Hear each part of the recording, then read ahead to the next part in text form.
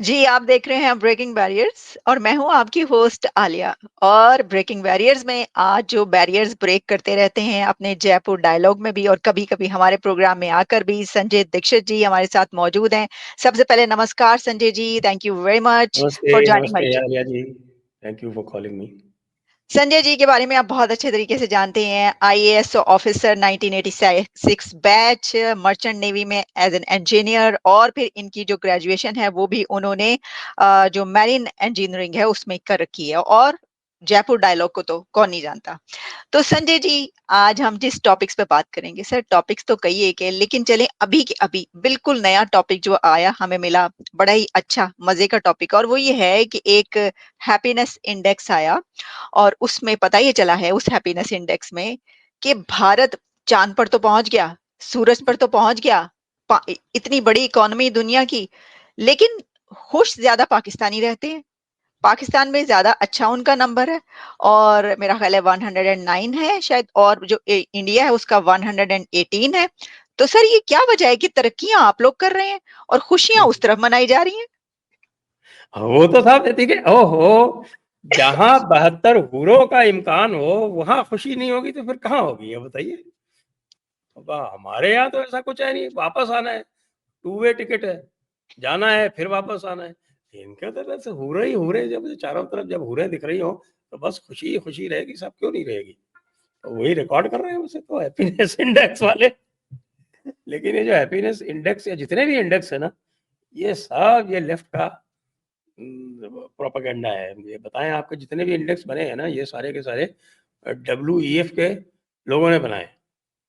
आपको पता है कि नहीं पता है? मैं इसका नहीं, बताता हूँ आपको, इसका इसका बताइए थोड़ा सा हिस्ट्री बताइए। बताता हूँ। चलिए, हम्म, हैप्पीनेस इंडेक्स की बात कर लेते हैं।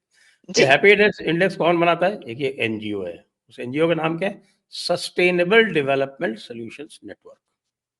अब ये सस्टेनेबल सॉल्यूशंस क्या है? ये साहब के यूएन के 17 सस्टेनेबल गोल्स 2030 वाले जो है वो बनाए थे। वो किसका एजेंडा था? वो भी ग्लोबलिस्ट का एजेंडा था। तो अब जो ज्यादा ग्लोबलिस्ट होगा वो उतना खुश होगा। अब इनके जो है क्राइटेरिया क्या है, अब आप ये देखिए, इसमें जेफरे सैक्स वगैरह है, ये जो एसडीएसएन है, Jennifer Gross, blue chip foundation, Kerry Kennedy, Robert F Kennedy, human rights वाली जो है, ये तो ह्यूमन राइट्स आप जानते हैं क्या एजेंडा होता है। सभी लोग दुखी हैं ह्यूमन राइट्स वालों से, पूरी दुनिया दुखी है, पाकिस्तान वाले भी दुखी है वैसे तो। इसलिए थोड़ा सा उनका पता नहीं क्यों इतना, इसीलिए 109 हो गया, नहीं तो अगर वो ह्यूमन राइट्स की सिचुएशन नहीं होती तो 9 नंबर पे होते। जेफरे सैक्स। और एक ये ईएसजी वाले हैं। ईएसजी आप जानते हैं कितना बड़ा स्कैंडल है। ट्रम्प साहब तो ईएसजी और डीईआई के खिलाफ ही पड़े हुए पूरी तरह से। तो ये ईएसजी वाले हैं। जॉन ट्वाइटिस हैं, ये एसटीएसएन एसोसिएशन के चेयरमैन हैं। और चाइना के एक शिंगुआ यूनिवर्सिटी के लैंशू, तो ये तो इसके मेंबर हैं साहब। अब इनको इससे अगर आप नहीं पहचानती तो पहले समझ ले कि साहब क्राइटेरिया क्या है, तो किसी भी उसकी मेथडोलॉजी क्या है और उसका सैंपल क्या है, ये जानना बहुत आवश्यक है। तो पहले है, आप क्या जानना चाहेंगे कि सैंपल साइज क्या है या कि क्राइटेरिया क्या है, सैंपल बताइए। साइज बताइए सर, क्या है सैंपल साइज? 1000 पर्सन पर कंट्री। अच्छा, ये तो बहुत ही कम है। तो 1000 पर्सन, तो उनका सिलेक्शन कैसे होता है पता है आपको? नहीं। उनका सिलेक्शन इन्हीं क्राइटेरिया पे होता है। यानी कि वो जो है वो लेफ्टिस्ट इंटेलेक्चुअल्स होने चाहिए, ह्यूमन राइट्स से जुड़े होने चाहिए, और आपके सस्टेनेबल गोल्स से जुड़े होने चाहिए, तो पूरी तरह से एक एजेंडा वाले। और हमारे यहाँ आपको पता है कि ये जितने भी लोग हैं वो तो भारत से बहुत दुखी हैं। तो ठीक है। दुखी है। अब हाँ, पाकिस्तान में किसको ढूंढ लेते हैं वो मुझे पता नहीं। ये आपको जो है वो आईएसआई को लगाना चाहिए, पता करें कि साहब कि पाकिस्तान में कौन लोग हैं जो इनको इनपुट्स देते हैं। वैसे ये लोग जो है वो कोई ज़रूरी नहीं है कि आपके देश से ही लें, जो देश के स्टूडेंट बैठे होते हैं उनके यहाँ, उनसे भी लेते हैं। तो आपके अच्छा। तो बहुत सारे जो है वो जर्नैल वगैरह बैठे हुए हैं यूएस में, कनाडा में, हो सकता है उनसे लेते हो, तो वो खुश है। हाँ, आपको तो वो पता तो है पाकिस्तान में एलीट से ज्यादा खुश तो, अगर केवल एलीट में सर्वे किया जाए तो मैं गारंटी के साथ कह सकता हूं कि Pakistan will be at number 1। Happiness index, happiness index of the elites अगर निकाला जाए तो। आप एग्री करती हैं इससे? मैं सर फुली एग्री करती हूँ, लेकिन मैं ये भी आपसे पूछना चाहूंगी कि कहीं ये भी तो वजह हो सकती है कि वहां पे तो हर काम अल्लाह पे छोड़ देते हैं, तो खुद तो कुछ करना नहीं, तो उन्होंने कहना अल्लाह मालिक हर चीज, तो ऐसे लोग तो बड़े ही खुश रहते हैं ना। उनका तो नजरिया है कि जान तो अल्लाह को देनी है, नहीं, जान तो सर वो आनी जानी है, जान की कोई परवाह ही नहीं। हाँ, वैसे भी जिंदगी मौत के बाद शुरू होनी है। जिंदगी मौत के बाद शुरू होनी है। यही तो है, ये तो इम्तिहान है, ये जिंदगी थोड़ी है, जिंदगी तो मौत के बाद शुरू होनी है। लेकिन ये आपने जो कहा वो वैसे हम देख सकते हैं, क्योंकि अदरवाइज अगर हैप्पीनेस देखे हैं तो हमारे यहाँ तो मैक्सिमलिस्ट भारत में वो कहते हैं ना कि साहब कि गोधन गज धन बाज धन और रतन धन खान, जब आवे संतोष धन सब धन धूर समान। इसको मैं समझा देता हूँ। गोधन मतलब पुराने जमाने में तो गाय यानी cattle was a big wealth. गोधन, गो इज गाय, गजधन इज एलिफेंट्स, महाजधन इज हॉर्सेस, और रतन धन मीन्स जेम्स एंड ज्वेल्स यानी कि हीरे जवाहरात। तो ये जो सारे धन है वो संतोष धन के सामने बेकार है। तो ये जो भारत की जो हैप्पीनेस की डेफिनेशन है वो इस डेफिनेशन से बिल्कुल अलग है, क्योंकि इसके क्राइटेरिया क्या है? सर व्हाट इज संतोष धन? संतोष इज सेटिस्फैक्शन। Okay okay. अब तो इनके इस जो पे क्राइटेरिया है, इन्होंने 6 क्राइटेरिया लगाए हैं साहब। वो 6 क्राइटेरिया देख लीजिए। पहला क्राइटेरिया है पर कैपिटा जीडीपी। तो सर इसमें इसमें तो देखिए जीडीपी कितनी जबरदस्त जा रही है वहां पे। तो पर कैपिटा जीडीपी में तो साहब तो फिर तो फिनलैंड और यूएस और इन्हीं को आगे आना है, क्योंकि इनकी पर कैपिटा जीडीपी तो बहुत हाई है। तो दूसरी है साहब सोशल सपोर्ट। तो सोशल सपोर्ट का मतलब ये हुआ कि अगर मैं जिहाद करने जाऊंगा तो साथ में लोग आएंगे कि नहीं आएंगे। इंडिया में आप पूछेंगे तो सब कहेंगे no, we are not going to support violence. Pakistan में सब कहेंगे अरे बिल्कुल साहब, जिहाद से ही तो जिंदगी है। तो नंबर 2 है सोशल सपोर्ट। इसमें Pakistan must be scoring very high. सरतन से जुदा सर। सरतन से जुदा, सरतन से जुदा, सरतन से जुदा, बिल्कुल। जहां सरतन से जुदा हुआ पता चला पूरा का पूरा शहर इकट्ठा हो गया। तो इसलिए इसमें तो Pakistan must be scoring very high. हमारे यहाँ तो बिल्कुल नहीं। हमारे यहाँ तो रीजन आउट करेंगे और उसके कहेंगे कि आप रैशनलाइज करेंगे, बहस करेंगे। तो ये आर्ग्यूमेंटेटिव इंडियन किताब भी लिखी है ना इसने, आपके अमर्त्य सेन ने, द आर्ग्यूमेंटेटिव इंडियन। तीसरा है हेल्थ लाइफ एक्सपेक्टेंसी। अच्छा। चौथा है freedom to make life choices. अब इसको मैं समझाऊं आपको। जी बताइए। Freedom to make life choices, तो इसका आप जैसे जैसे फिनलैंड है, फिनलैंड में डिवोर्स रेट 67% है। ओके। यूएस में 47% है। Got it. इंडिया इंडिया में 1% है। तो इसका अर्थ क्या हुआ? इंडिया में लाइफ चॉइसेस की फ्रीडम बिल्कुल बेकार है। वहां पे डाइवोर्स ही नहीं होती क्योंकि चॉइस ही इसका नहीं है मतलब लोगों के ये पास, फ्रीडम ही लोगों नहीं के है। पास चॉइस ही नहीं है, नो फ्रीडम। और सर वहां पे देखिए आपके हमसाए में पड़ोसी तो चार चार करते हैं एक साथ, तो उनको तो चॉइस है। तो बात तो सही है। तो ये जो है साहब, ये बहुत भारी क्राइटेरिया है, freedom to make life choices. और मेरे ख्याल से freedom to make life choices Pakistan में भी ज्यादा है, जहाँ आपने कहा कि एक आदमी जो है चार चार ले सकता चार चार करता है सर वहां पे, तो है। एग्जैक्टली आपकी तरफ तो मजाल नहीं कि एक के होते हुए कोई दूसरी कर ले। और वाली नहीं है साहब, कानूनी अपराध है। वही ना। तो इसलिए our freedom to make life choices is very poor, therefore we rank very low. Okay हमारे यहाँ ओके। सारी चीजें, सारी इंडिसेस लो हैं। अब आप अगर मतलब इवन जैसे if you take crime, for instance crime of rape, तो यूएस में इट इज समथिंग लाइक 18 पर मिलियन, और इंडिया में इट इज अबाउट 1.8 पर मिलियन। तो बताइए कहाँ चॉइस ज्यादा है? सही। ठीक है और संजय जी, कुछ इतना ही काफी है। अफ्रीकन बहुत कर अफ्रीकन दिया, कंट्रीज में बहुत तो कर दिया आपने। 100 पर मिलियन है। सर साफ कर दिया आपने, सफाई कर दी सारी, बस बहुत है, इतना काफी है। हमें पता चल गया सर कि आप लोग जो है वो क्यों इतने खुश नहीं रहते, और आपके पड़ोसी इतने खुश क्यों रहते हैं, हमें इसका पता अंदाजा चल हो गया। अंदाजा हो गया अच्छा, आपको। जी तो बिल्कुल फ्रीडम टू मेक। पांचवा है जेनरोसिटी। सर, ये तो खुले दिल के मालिक है सर वहां पे सारे, आपको पता ही है। हमारे तो साहब क्या है कि हमारे यहाँ जिसको कहते हैं ना दान, दान की परंपरा है, लेकिन दान जो है हम्म वो अपने मन से दिया जाता है, कोई जबरदस्ती हम्म नहीं है। आपके यहाँ ज़कात कंपलसरी है, तो इसलिए हाँ हर एक व्यक्ति जनरस है। Everybody has to be generous compulsorily by law. हम्म, तो इसलिए पाकिस्तान इज मोर जनरस। वाह वाह वाह, मैं तो आपकी एक्सप्लेनेशन जो है उस पे, क्या बात है। और नंबर 6 है इसमें क्राइटेरिया, परसेप्शंस ऑफ करप्शन। आपकी तरफ देखिए करप्शन कितनी है, बेचारा मुल्क ही डूब गया, और दूसरी तरफ देखिए करप्शन का नामो निशान नहीं, तरक्कियां देखिए कहां पर है। अब आप ये समझ लीजिए, तो ये है, this is our happiness index. बस सर ये पता चल हैप्पीनेस गया। इंडेक्स जो है, अब आपको समझ में आ गया होगा कि हैप्पीनेस इंडेक्स जो है वो इतना जोरदार ऐसी जगहों पर क्यों है। सर ऐसा वैसा समझ में आया है कि बस। तो वैसे तो जो नंबर 1 पे है उसके भी आपको फिगर बता देता हूँ। फिनलैंड जो फिनलैंड है, ना, सर वो हाँ, हमेशा नंबर 1 पे फिनलैंड। रहता है, अक्सर जब भी नहीं आता है ना नहीं, वही फंड में।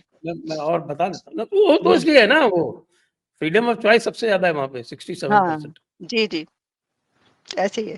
हाँ, डिवोर्स रेट जितना ज्यादा होगा वहाँ फ्रीडम ऑफ चॉइस ज्यादा है। 20% population has mental disorder. India में दिस इज नथिंग, 0.1 0.2%। हम्म। तो जिसके पास ज्यादा मेंटल डिसऑर्डर होगा, इसका हम्म, मतलब उसके पास बहुत सारी चॉइस जी है। It is highest in EU, and 7% of its population has depression, जो कि पूरे वर्ल्ड में नंबर 9 पे है। और डिवोर्स रेट मैंने आपको बता ही दिया। जी जी जी, तो बाकी ये साहब, तो सर हाँ हाँ अच्छा, सही कह रहे हैं, ये तो और मैं आपको बता रहा हूँ, ये जो चॉइस है ना, जो जीडीपी और इसकी सबके से मिला के देखिए, अ, जो अगर आप डेट ट्रैप में हैं पाकिस्तान श्रीलंका की जगह, या आप युद्ध में है, वॉर में है, if you are in the midst of a war, तो हम्म इसलिए भी वहां भी मुझे लगता है चॉइस ज्यादा हो जाती है और सब हम्म, कुछ ठीक हो जाता है, तो इसलिए उनके जो है बंदे स्कोर हायर। देयरफॉर ठीक India, we are very happy to be है। At the lower end. कम से कम हमारे पास चॉइस तो नहीं है। Exactly sir, that is unbelievable कि जो जंग ज़दा इलाके हैं वो हैप्पी इंडेक्स में इतने ऊपर हैं, जहां पर जो ढेर लगे हुए हैं कत्लो गारत करी के, और दुनिया में उसके लिए प्रोटेस्ट, और जो दूसरे कंट्रीज जहां पर ऐसा कुछ नहीं है वो बेचारे खुश ही नहीं है। अनबिलीवेबल। अरे इसको तो छोड़िए आप, मैं आपको और बताता हूँ। अगर आप जो दूसरे इंडेक्स है ना, प्रेस फ्रीडम इंडेक्स, जी जी तो जी। जो जो प्रेस फ्रीडम इंडेक्स में, तो वो अफगानिस्तान भी भारत से ऊपर है, और ऑल ऑल अरब कंट्रीज जहां पे देर आर नो फ्रीडम्स, वो सब इंडिया से ऊपर है। क्यों? वही 1000 लोग जो हैं, वही वही अपना देखेंगे उसको, तो शायद और ठीक है 300 ठीक ही है, है। तो सही। ये आप, this is the happiness index, and I am very happy that we are very low down in the happiness index. चलिए sir, congratulations for this victory. Thank you. अच्छा संजय जी, जरा इस टॉपिक से निकलकर हम आते हैं अब एक और इंडेक्स की तरफ। सर वो इंडेक्स जो है वो आपके पड़ोसियों में बहुत ऊपर जा रहा है। अब हुआ ये कि वहां पर आपको पता है कि जो हालात हैं दहशतगर्दी के वो बड़े ही दगरगूं हो चुके हैं, और वहां पर जो अफगानिस्तान के जो तालिबान हैं टीटीपी के, वो भी दूसरी तरफ से भी हमले वमले हो रहे हैं, फिर पीएलए जो है वो भी हमले कर रही है। अब इस समय बल्कि मैं देख रही थी कि जो नई एक डेवलपमेंट मुझे अभी खबर मिली वो ये था कि कोयटा में जो है वो रात के वक्त में पब्लिक ट्रांसपोर्ट को सफर की इजाजत ना देने का फैसला किया गया कि भाई आप रात में सफर ही ना करें कोयटा में। तो संजय जी, वो ये सब में पता ये चला कि जो बीएलए वाला जो हुआ जाफर एक्सप्रेस का, और उसके बाद उन्होंने कहा जी कि ये जो है ना ये दुश्मन मुलव्वस है, दुश्मनों की चाल है, दुश्मनों की चाल, जिसको बिल्कुल। जिसको वो राह की साजिश। रात तो की साजिश, सर ये क्या रात की साजिश। आप लोगों ने चाल की और कहा ये जा रहा है? सर इसी के अंदर एक और सवाल भी आपके साथ रख के देती हूँ ताकि उसको भी आप साथ में उस पर्सपेक्टिव में करें। वो ये कि हो सकता है मतलब मैं देख रही थी कई जगहों पर बात चल रही थी कि हो सकता है पाकिस्तान अफगानिस्तान पर हमला कर दे, ये जो हो रहा है सबके। और फिर अगर ऐसा हुआ तो नजम सेठी साहब कह रहे थे कि इंडिया पाकिस्तान पर हमला कर दे, तो क्या ये वाले भी चांसेस हैं? देखिए, नजम सेठी साहब के तो मैं क्या कहूँ, वो बड़े सियासतदान रहे हैं और वो बड़े आपके क्या बोलते हैं जर्नलिस्ट भी हैं, वो क्रिकेट के भी बड़े एडमिनिस्ट्रेटर हैं और वो पीसीबी के भी। नगमा निगार भी हैं, गाने अच्छे लिखते हैं। गाने इसलिए क्योंकि वो तरह-तरह की चीज़ें गाते रहते हैं, सुनाते रहते हैं और हम सुनते रहते हैं। उनका बेटा तो भी जो वो सिंगर है ना सर, इसलिए शायद उनके लिए नगमे लिख देते हैं। अच्छा, हाँ, ये नहीं हाँ, पता अली सेठी, हाँ, अली सेठी मैं सिंगर है उनका बेटा। मैंने तो नगमा निगार जो है वो मेटाफोरिकली कहा था। अच्छा, तो नहीं नहीं, हाँ। आपने बताया कि वाक़ई में नगमा निगार है, तो और भी अच्छी बात। तो ये जो वो नगमे सुनाते रहते हैं, वो हम सुनते रहते हैं, नजम सेठी अच्छा, जी। अच्छा। उनका जो रिकॉर्ड है, वो हम्म, तो बहुत पुअर है प्रेडिक्शंस का। इसलिए उनकी बातों को तो बहुत ज़्यादा सीरियसली लेना नहीं चाहिए। और मैं तो इस बात से कहता हूँ कि साहब कि अभी मैंने सुना परसों, डे बिफोर यस्टरडे शायद, हम्म, कि पाकिस्तान आर्मी की तरफ से एक स्टेटमेंट आता है कि हम अज़्म इस्तेकाम के जो ऑब्जेक्टिव्स हैं, उनके आगे और कोई ऑपरेशन करने का कोई भी हम इरादा नहीं रखते। हम्म, तो आर्मी तो आपकी ये कह रही है और नजम सेठी जी दूसरी बात कह रहे हैं। तीसरी तरफ ये आ रहा है कि साहब कि वो लोग तो डेजर्ट कर रहे हैं, छोड़-छोड़ के भाग रहे हैं और भाग के भी उन्होंने पूरा एक सिस्टम वहाँ चल रखा है। जैसा चलता है ना, आपको पता है ना, पाकिस्तान में सिस्टम चलता है कबूतरबाजी का। तो वो जो लोग हैं, वो जा के गल्फ में और दूसरे जो और हैं वो सऊदी में, गल्फ में, कुवैत में, वो नौकरी कर रहे हैं जाके। उनको सिक्योरिटी गार्ड की बहुत अच्छी नौकरी मिल रही है, यहाँ से ज़्यादा पैसे मिल रहे हैं, कोई खतरा नहीं। तो पिछले हफ्ते तक तो 2,500 का तो आ गया था फिगर और अब बता रहे हैं कि साहब कि ये जो ऑप्शन जो दिया जा रहा है, ये कबूतरबाजों द्वारा, वो बहुत अट्रैक्टिव है। तो इसलिए और भी लोग छोड़ के जा रहे हैं। क्यों हो रहा है? क्यों? क्योंकि बलूचिस्तान में और खैबर पख्तूनख्वा में, दोनों जगह आर्मी मूव नहीं कर सकती सड़कों पर। आज की खबर ये है, ताज़ा खबर, कि डेरा इस्माइल खां, जो कि इंडस पे है, और डेरा इस्माइल खां तो ऊपर जो पंजाब से जो उसको ब्रिज जोड़ता है, उस पे ब्रिज के बाहर, वहाँ डेरा इस्माइल खां में, ये बक्कर नाम की जगह से जो पंजाब में है, वहाँ से डेरा इस्माइल खां जो सड़क आती है, वो ब्रिज के बाहर उन्होंने चेक पोस्ट लगा दिया। किसने? टीटीपी ने। जरा इमेजिन कीजिए आप, बोले डेरा इस्माइल खां कोई छोटा कस्बा नहीं है, शहर है। नहीं नहीं, डीआई खान तो सर बिल्कुल। तो डेरा इस्माइल खां में पंजाब से जो सड़क आ रही है इंडस क्रॉस करके, उसके ऊपर चेक पोस्ट लग गई है टीटीपी की, और उसमें वो ढूंढ रहे हैं कि साहब कि ये पाकिस्तानी अहलकार तो नहीं आ रहा, कोई पाकिस्तानी सिक्योरिटी फोर्स का बंदा आ रहा है क्या, ये चेक कर रहे हैं चेक पोस्ट लगा के। और सवेरे से अभी तक चल रही है, एस्टैब्लिशमेंट का, पुलिस का कोई रिएक्शन नहीं है। क्या माने इसको? डेरा इस्माइल खान भी गया। तो डेरा इस्माइल खान जो है वो कम से कम आपके जो पुराना फाटा था उसमें तो नहीं माना जाता है, तो फाटा से बाहर है। हम्म, डेरा इस्माइल खां तो फाटा से है। डेरा इस्माइल खां हुआ, आपके इसके ऊपर कोहाट वगैरह हुआ है, लक्की मारवा हुआ, ये तो सब बाहर है। बाकी जो आपके वो पूरे जो एरियाज हैं, बन्नू है आपके, जो अलग अलग एजेंसीज हैं, साउथ वजीरिस्तान, नॉर्थ वजीरिस्तान, कुर्रम, और उसके ऊपर खैबर, खैबर के ऊपर मोहम्मद, उसके ऊपर आपके क्या बोलते हैं बजौर, लोअर हाँ जोड़ भीर, भी। अपर भीर, चित्राल, ये तो सारे पहले से ही गए हुए हैं। अब आपके पास बचा है पेशावर। स्वात में भी जो है बताते नहीं जा सकते आजकल। तो केवल आपके पेशावर, नौशेरा, मुर्दान और ये आपके डेरा इस्माइल खां, यही तो बचे हुए थे। जब यहाँ भी जब जा नहीं सकते, कर नहीं सकते, तो फिर क्या बचे? सर बात की है कि ये वाले तो इलाके चलें जो आप बात करें, वो तो ये कह रहे हैं, मैं देख रही थी, पढ़ी थी कि जी खारजियों को जो है उन्होंने बड़ी मार लगाई है, खारजियों को मुंह तोड़ जवाब दिया है। काफी ऐसी खबरें आ रही है जहां जहां पर हमले, तो वो जो आप बता रहे हैं इन सब एरियाज में ऑब्वियसली हमले तो करे, उनकी प्रेजेंस तो मौजूद है। लेकिन उसमें ये है कि वो कह रहे हैं कि जी ये तो जो सपोर्ट है ना भाई, ये तो पड़ोसियों से आ रही है। तो वो पड़ोसी मतलब अफगानिस्तान वालों से, तो अफगानिस्तान वाले तो हैं ही पूरा का पूरा। अफगानिस्तान तो क्लेम ही करता है ना हमारा एरिया है, वो सारे पश्तून ही तो है वहाँ पे। अब आपके पश्तून, बल्कि 60% पश्तून तो पाकिस्तान में रहते हैं, 40% ही तो है अफगानिस्तान में। हम्म। अफगानिस्तान के कितने ज्यादा लोग, यानी अब तो खैर वो भी पाकिस्तानी है, लेकिन एक अब तो उनको डेकेड्स हो गए वहां पे रहते हुए, खैर उनको निकाला था इन्होंने। नहीं नहीं, मैं अच्छा उनकी तो बात नहीं कर रहा। इवन जब डूरंट लाइन खींची गई थी, तो डूरंट लाइन खींचने के बाद, डूरंट लाइन जब खींची गई थी, तब 2/3 पश्तून पॉपुलेशन पाकिस्तान में थी, 1/3 अफगानिस्तान में थी, इवन एट दैट टाइम। ठीक, ठीक। तो मतलब सर 1893 इसका की बात कर रहा हूँ। ठीक है, तो सर इसका यानी हम नतीजा ये निकला कि कोई ऐसा चांस नहीं है, कोई इरादा नहीं है आप लोगों का जंग करने का या हमला करने का, किसी पे कभी आपने किया ही नहीं। हम पहले हम तो शांति प्रिय हैं, हम तो शांति प्रिय लोग हैं।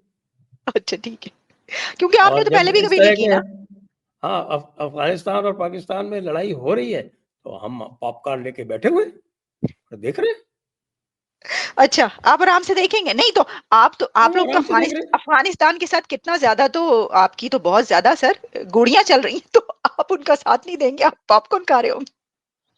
कौन खाएंगे ना, हमें तो क्या, हम तो उनसे जो पहले, हमने आप लोगों से कहा, पाकिस्तान वालों से, कि भाई ऐसा है कि रास्ता दे दो, हम ट्रेड करेंगे अफगानिस्तान से। तो हाँ हाँ। अफगानिस्तान से, हम अफगानिस्तान से ट्रेड करेंगे, तो कई लोगों ने समझाया भी पाकिस्तान वालों को, तो भाई ट्रेड करने दो, उससे क्या है, तुम्हारा लीवरेज अफगानिस्तान पे भी बना रहेगा, इंडिया पे भी बना रहेगा, उनका स्टेक हो जाएगा कि भाई पाकिस्तान को राजी रखें, तो कम से कम ये ट्रेड चलती रहे। आप ना, हम किसी भी तरह से हिंदुस्तान और अफगानिस्तान को मिलने नहीं देंगे। मसल फ्लेक्सिंग, जंगजू कौम है। कोई बात नहीं, बाद में कहा ठीक है भैया, कोई बात नहीं, चाबहार बना लिया है, पूरा रास्ता बन गया चाबहार का। अब अफगानिस्तान कह रहा है हमें तुम्हारी जरूरत ही नहीं है। अब आप ये देखिए कि तोरखम सर पे, पहले ये बताएं, नहीं पहले ये बताएं, अभी अभी जो आपने पैरोडी की है वो किसकी की है, ज़ैद हामिद साहब की तो नहीं की, उनकी वीडियो देख के। वो बंदूक लेके चलते हैं, हाँ, क्या टारगेट शूटिंग बंदूक लेके। हमने तो है वो चाबहार से सीधे रूट स्टैब्लिश कर दिया, ईरान को तैयार किया। और आप देखिए कि हमारे जो प्रधानमंत्री जी हैं ना, वो गुजरात से आते हैं, हम्म। और डील मेकिंग में, भले ट्रंप साहब अपने आप को ग्रेटेस्ट डील मेकर कहते हो, लेकिन उन्होंने भी कहा है कि भाई नरेंद्र मोदी के सामने it's not even a contest, क्योंकि पूरी दुनिया में जो बेस्ट डील मेकर है, जिसको हमारे यहाँ बोलते हैं मांडवाली करने वाले, ये गुजराती। जो है वो गुजराती है। हाँ तो ऐसे ही। शुरुआत, उन्होंने ईरान से डील की, अफगानिस्तान से डील की, बढ़िया एक रोड बनाई, और जाहेदान से, और वो आप कौन सी जगह है, क्या नाम है उसका, जरांज, उधर होते हुए रोड बनाई, और हेरात और कंधार को जोड़ दिया।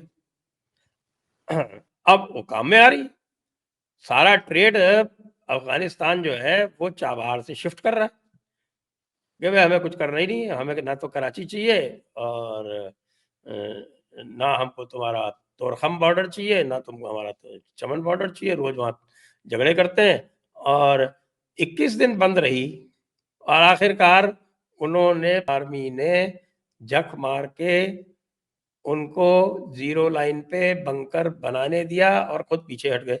इन the greatest tradition of the Pakistan army, they surrendered with honour. Sir मैं आपका प्रोग्राम देख रही थी सर, ये वहां पे हमने देखा कि भाई बांग्लादेश में तो बड़ी जबरदस्त कामयाबी मिली। हम पड़ोसी कहते हैं आपके कि भाई वो तो हमने बदला ले लिया, हमने कर लिया, लेकिन आप अपने प्रोग्राम में ये कह रहे थे कि सिविल वार वहां पे हो रही है। वहां पे क्या सर वाकई क्या इस हद तक हालात खराब हो गए कि सिविल वार शुरू हो गई अब? वो बिल्कुल शुरू हो गई। वो अभी 2 दिन पहले, 2 दिन क्यों, कल एक वो मीटिंग हुई थी ना, यूनुस की और आर्मी चीफ की, वहां तो विद इन आर्मी हो रही है ना वॉर। अच्छा। आर्मी वहां की वो जो है वो 3 हिस्सों में बट गई है। और अभी आपके यूनुस एंड कंपनी और इनके जो जमात इस्लामी, वहाँ कई सारे फैक्शन है। एक जमात इस्लामी का फैक्शन वहाँ बहुत प्रोमिनेंट रहा बहुत दिनों से। तो जमात इस्लामी का फैक्शन जो है वो काफ़ी आर्मी को भी वहाँ इम्पैक्ट करता है। और एक जो सेंट्रिस्ट फैक्शन है वो वकारुज़्ज़मा के अंडर में है, वो सेंट्रिस्ट फैक्शन है। और उसके अलावा एक और छोटा मोटा फैक्शन और है।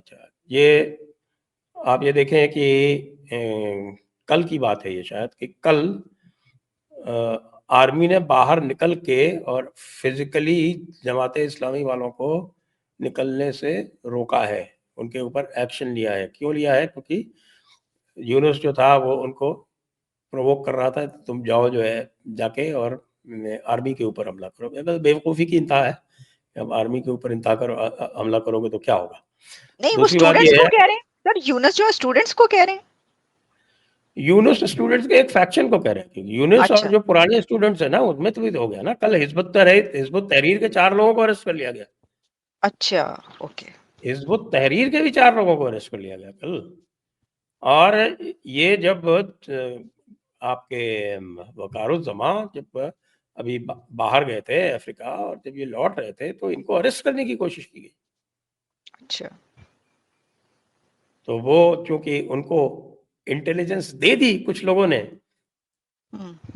जैसे कि शेख हसीना को कुछ लोगों ने इंटेलिजेंस दे दी थी तो शेख हसीना बच गई, उसी तरह से इनको भी इंटेलिजेंस दे दी कुछ लोगों ने, तो इन्होंने अपना हिसाब किताब कर लिया और ये बच गए। तो यहाँ तो आपस में पूरा एक फ्रंट आपस में खुले हुए हैं। जो आपकी जो तहरीकें हैं, जो इस्लामी तहरीक है, वो आपस में लड़ रही हैं।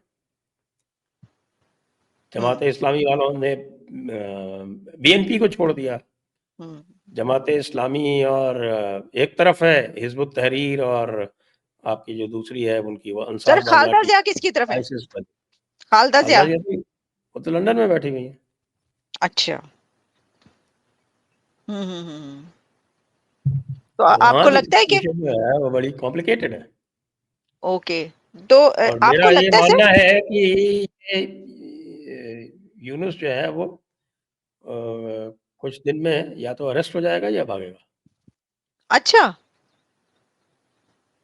क्योंकि वकारुज़्ज़मा जो है वो धीरे धीरे अपनी पोजीशन स्ट्रेंथनिंग करते जा रहे हैं। यानी आप कह रहे हैं कू होगा, एक और कू होगा? वकारुज़्ज़मा ने तो स्टेटमेंट दिया था ना, आपने सुना होगा, वो एक स्टेटमेंट दिया था कि भाई मेरी पेशेंस खत्म हो रही है और आप लोग जल्दी संभालिए, नहीं तो फिर वो हमें कुछ करना पड़ेगा। एक स्टेटमेंट वो दे चुके हैं वकारुज़्ज़मा, जो उनके मिलिट्री चीफ है। उसी के बाद ओके। तो उनके मिलिट्री चीफ को हटाने की कोशिश की गई। वो ओके। उन्होंने एक्सटर्नल इंटेलिजेंस की हेल्प से उसको असफल कर दिया। उसको क्या कहें, उसको उर्दू में क्या कहेंगे? सर क्या कहेंगे, आप बता दें। मतलब उसको फेल कर दिया, अच्छा। ओके। नाकाम कर दिया, नाकाम बना दिया। नाकाम कर दिया, नाकाम कर दिया। तो ओके।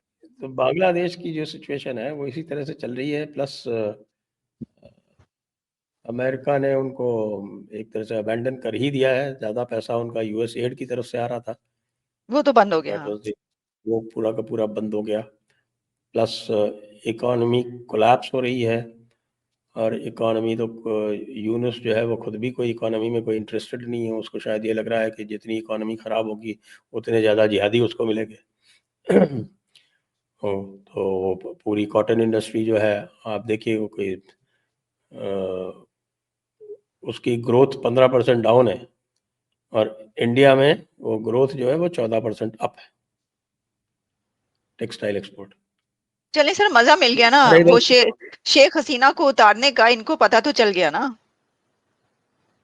हाँ, कुछ लोग तो कह रहे हैं कि शेख हसीना वापस जाएगी, हालांकि आई डोंट नो, अभी it's not clear as yet. लेकिन अच्छा। अब वो जो बातें वो कह रहे थे ना कि साहब कि हम वेस्ट बंगाल को कब्जा करेंगे, हम असम को कब्जा करेंगे और हम कैलिफेट बनाएंगे, वो मामला थोड़ा ढीला है। वो तुलसी गैबर्ड ने आके यहाँ पे भी वो भी उनको ठंडा काफी कर दिया। तुलसी गैबर्ट ने जो आके स्टेटमेंट दिया बांग्लादेश के बारे में यहाँ दिल्ली में, क्या सर थोड़ा सा प्लीज बताइए उसके ऊपर मैंने बल्कि प्रोग्राम भी नहीं किया था, इसका थोड़ा सा बता दे, तुलसी गैबर्ट का क्या स्टैंड था इसके ऊपर, बांग्लादेश के ऊपर? तुलसी गैबर्ट ने तो साफ साफ कहा ना कि वहाँ जो प्रोसिक्यूशन हो रहा है माइनॉरिटीज का, हिंदू, बुद्धिस्ट और क्रिश्चियंस का, ओके वो we are aware of that, और mister president Trump is also aware of that. वो कहते हैं कि भाई ये लोग जो है ये कैलिफेट बनाने की कोशिश कर रहे हैं। ये स्टेटमेंट दिया था तुलसी गैबर्ट ने बिल्कुल क्लियरली।